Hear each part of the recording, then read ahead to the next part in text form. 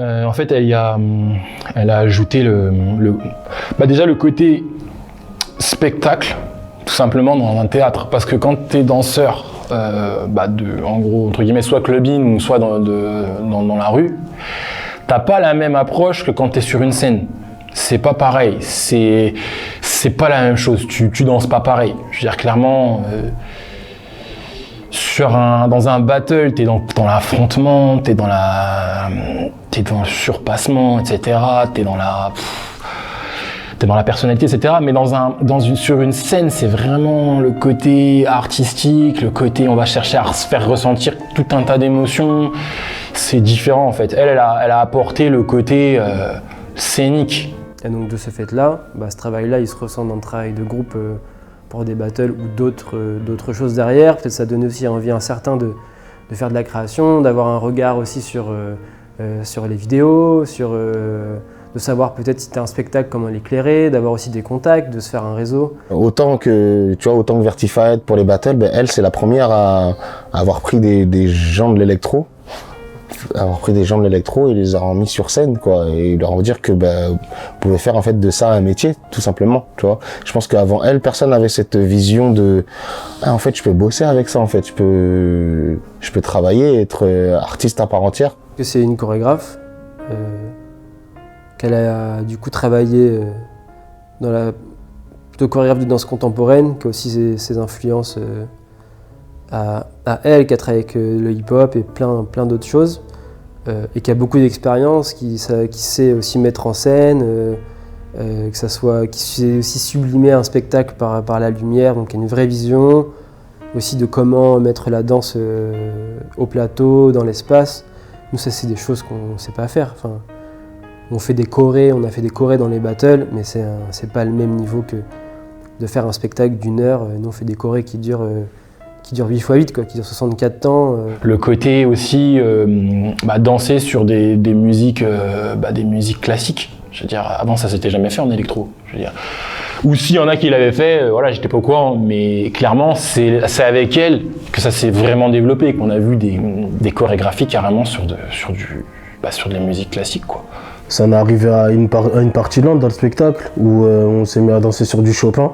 Donc c'est une grosse dédicace à mon Camer, Big G, Le Crime. Et donc du coup c'est un duo où toute une partie de tableau où on danse sur une nocturne de Chopin.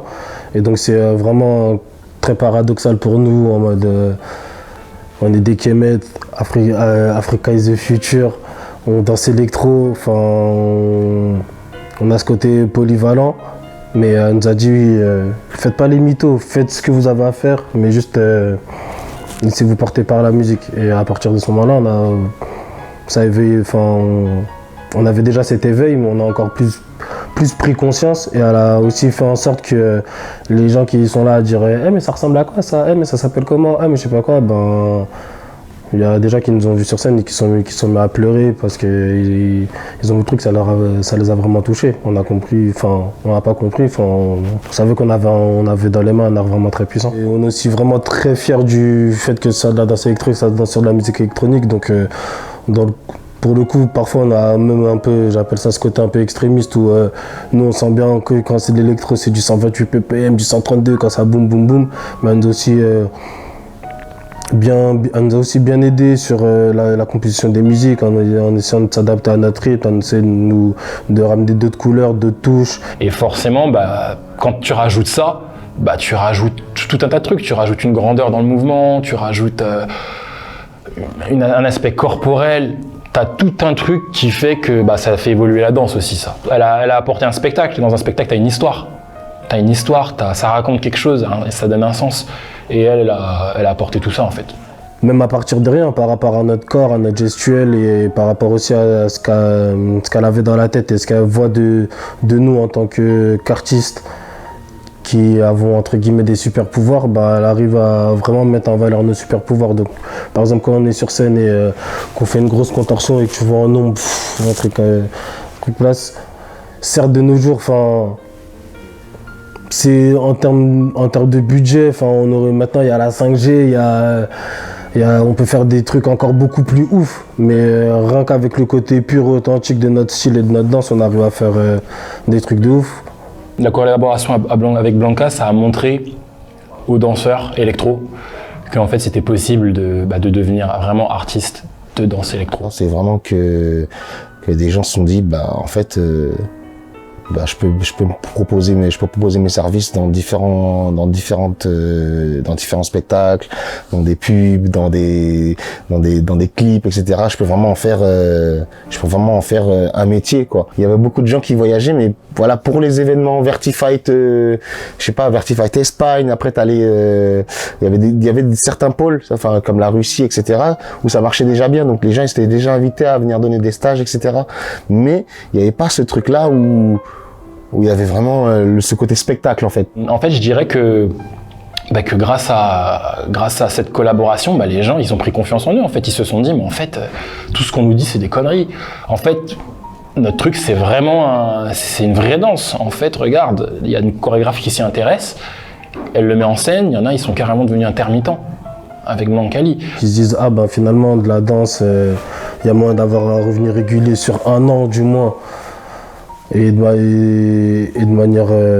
manière carrée. Il y a des danseurs qui savent que pour monter une chorégraphie et être propre, bosser de 8h à 19h ça suffit pas, faut aussi commencer à 6h du matin et finir de 20h à 22h. Je pense que c'est elle qui a vraiment montré aux danseurs, cette collaboration, c'est vraiment ce qu'elle a montré aux danseurs, qu'on peut devenir pro. Voilà.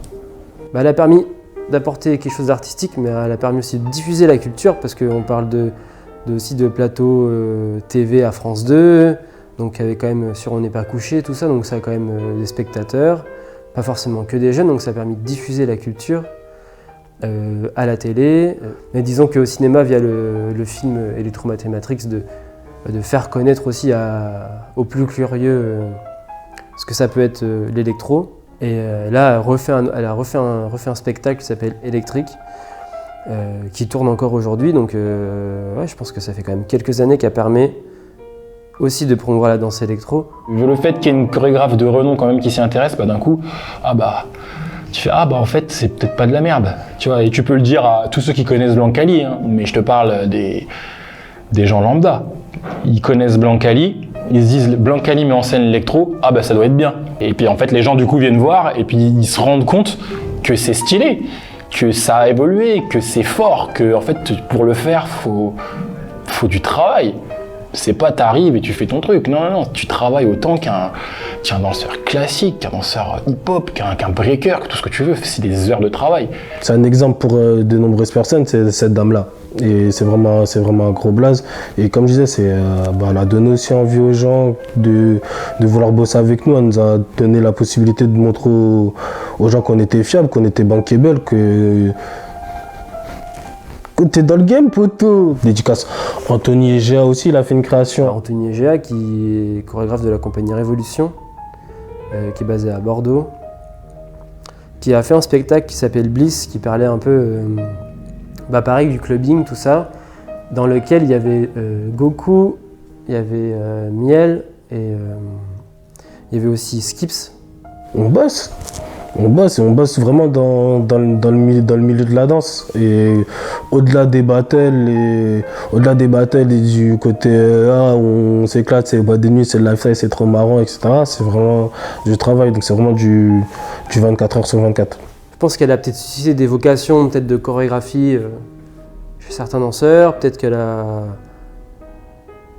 pense qu'elle a permis aussi à des danseurs de se dire qu'on avait notre place sur scène aussi. Je pense que, en tout cas pour ceux qui ont bossé avec elle, je pense qu'elle a permis à certains de se dire en fait sur scène on peut exister. Et puis elle a fait avancer pas mal de danseurs. Enfin, c'est qu'on parle quand même d'une tournée mondiale. Electro Kiff, le premier spectacle, c'est fat. C'est en Asie et tout, c'est énorme la tournée qu'ils ont fait. Et comme je disais juste avant, on est sur tous les plans, on est partout. Donc c'est pas juste que Blancali, mais c'est justement une personne d'un niveau de Blancali qui s'intéresse à la culture et qui arrive à le mettre au devant de la scène et à le faire tourner et à le faire durer dans le temps. ça donne aussi des idées à d'autres personnes, ça inspire aussi d'autres personnes. Et au-delà de nous inspirer nous et d'inspirer ses rivaux entre guillemets ou même les personnes lambda, du coup il y a des danseurs qui nous suivent, qui se disent ouais moi aussi j'aimerais bien monter sur scène, donc ils créent des compagnies de leur côté. Il y a des réalisateurs qui regardent les spectacles et à la fin ils se disent ah putain ces deux-là là, je les aimerais bien dans un film, ça donne des trucs comme Climax. Donc ça, en fait, ça a donné confiance, je pense, à la danse électro et ça l'a fait mûrir, en fait, ça l'a fait mûrir. Parce que si elle avait pas mis l'électro en scène et que personne ne l'avait mis, et voilà, je sais pas ce que ça aurait, je sais pas si les gens y auraient autant cru, honnêtement. Donc voilà, il y a plein de chorégraphes qui permettent à la danse électro de s'enrichir artistiquement, professionnellement et de diffuser via nos prestations sur scène la danse électro. Mais il y en a plein, hein. Il y a Marion Motin actuellement avec Lorenzo et Ashraf. Il y a Brandon, il a bossé avec Karim KH. Il y a Ablay et Lorenzo qui ont fait l'opéra Bastille, qui ont fait les Indes galantes. Il y a plein de chorégraphes. On parle que de Bancali, mais franchement, je pense que j'en oublie encore. Il y en a que je suis même pas au courant, je pense. Mais il y a plein de chorégraphes qui travaillent avec la danse électro. Mais c'est juste un début. Enfin, Blanca, c'est quelqu'un qui nous a beaucoup aidé, qui continue. Et c'est vraiment une étape, c'est le début de plein de... Ça nous a vraiment ouvert les portes.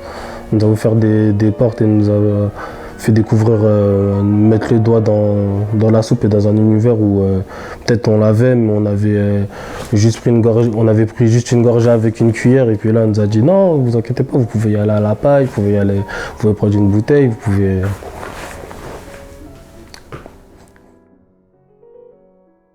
N'oubliez pas de cliquer ici parce que oh là là, il fait des vidéos qui sont vraiment très stylées.